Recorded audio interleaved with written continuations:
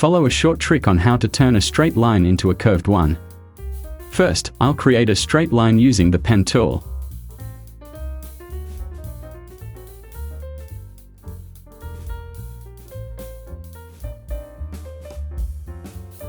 To make it curved, click the curvature tool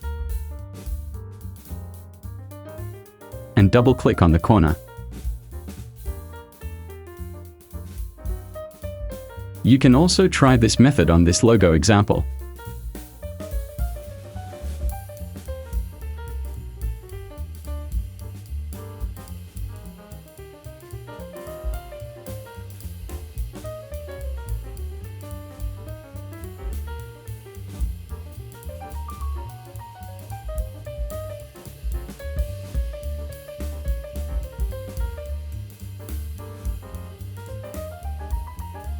Finished.